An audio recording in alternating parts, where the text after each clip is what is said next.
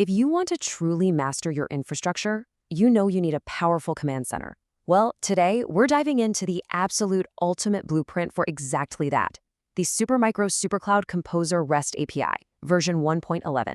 By the time we wrap up this explainer, you're going to know exactly how to command and control your massive data center resources entirely programmatically. Let's get right into it. Here is our quick roadmap for today. First, we'll introduce the SCC API itself.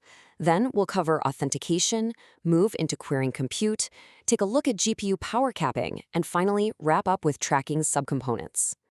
All right, Section 1, introducing the SCC API, the command center. So, version 1.11 of this API is fundamentally built around predictable, resource-oriented URLs. Instead of manually clicking around a graphical interface, which, let's face it, doesn't scale, you're using standard HTTP requests to seamlessly retrieve, update, provision, or deprovision your data.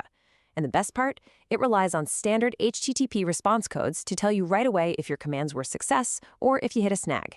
It's clean, it's incredibly efficient, and it scales perfectly with your needs. Moving right along to Section 2, authentication, keys to the door. Now, before you can start firing off commands, you've got to complete a really simple 3-step authentication loop. Think of this like getting your VIP badge for the data center. First up, you post your login credentials. Second, the system verifies who you are and hands back an access token, along with a refresh token. Third, you just include that access token in the headers of every single subsequent request you make. It's a completely secure, stateless way to prove you belong there. To actually see what making these requests to the SuperCloud Composer looks like in practice, we're going to use Postman. As you probably know, this is the industry standard platform developers use to design, build, and test APIs. Okay, step 1, we target the login URL using a post method. Now, here is an absolutely crucial point.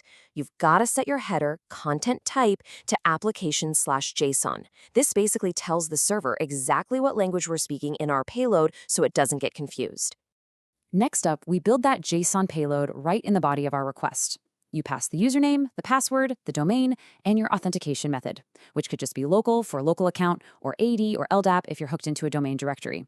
If you did everything right, boom, you get a 200 OK response. And right there in the response body, you're going to find your temporary access token, your refresh token, and your assigned role base, like global admin.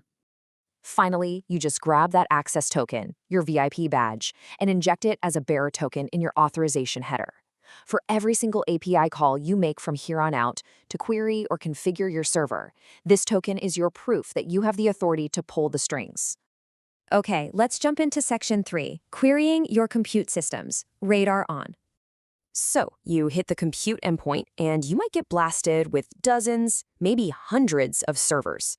To cut through all that noise, the API gives you filters, which are basically like high-tech sorting algorithms.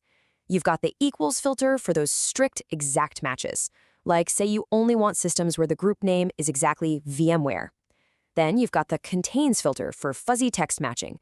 You could search for a product family that just contains the word twin, or an OS containing Ubuntu. You can even sort the whole list ascending or descending by location. The real magic here is that querying an endpoint doesn't just give you a simple, yes, it's powered on. The JSON response hands you incredibly granular details. Without having to parse any raw code, you can instantly see the system UUID, the health status, the exact BMC IP address, and down to the metal hardware specifics. Like, the JSON will literally tell you if the system is running an Intel Xeon Silver CPU with 16 gigs of memory. It's a complete diagnostic overview, instantly delivered right to your screen. Moving into Section 4, Deep Dive, GPU Power Capping, Taking Control. Now, heavy-duty AI and processing tasks require some serious hardware, right? We're talking about massive units like the NVIDIA B200 180GB GPUs mentioned in the documentation. To manage the immense power draw of those systems, we use a patch request aimed at the total power capping endpoint for specific system UUID.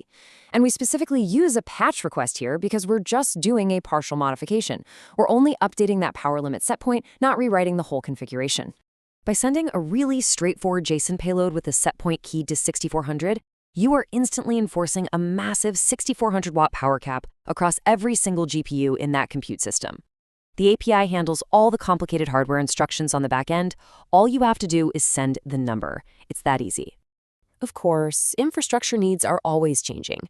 When you inevitably need to remove those restrictions and let the GPUs draw their default maximum power again, you just fire off a post request, the clear total power limit endpoint. And in return, the API hands you this exact, highly satisfying confirmation string: successfully cleared the total GPU power limit. You're always kept completely in the loop. All right, our final section, Section 5, Tracking Subcomponents and Storage, the microscope. Look, a server is never just a single box, right? It's a complex ecosystem. And the SCC API lets you append subpaths to your system UUID to rapid-fire list out all these underlying subcomponents. You can query CPUs to check individual core health. You can hit NICs to instantly pull the exact MAC address of an onboard LAN port. You can query memory to find out you've got a 16GB SK Hynix DDR4 DIMM sitting in slot DIMM E1. You can even pull your FRU data and keep tabs on simple storage metrics like RAID controller statuses and link speeds. Whether you're tracking RAID SSDs, verifying NVIDIA GPU firmware, or just doing routine compute health checks, the resulting JSON is structured flawlessly. The data comes back clean, paginated, and perfectly organized.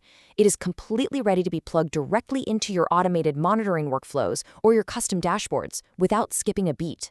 So I'll leave you with this final thought. Just ask yourself, how much time could you actually save by fully automating your infrastructure management today? We have honestly just scratched the surface of what's possible here.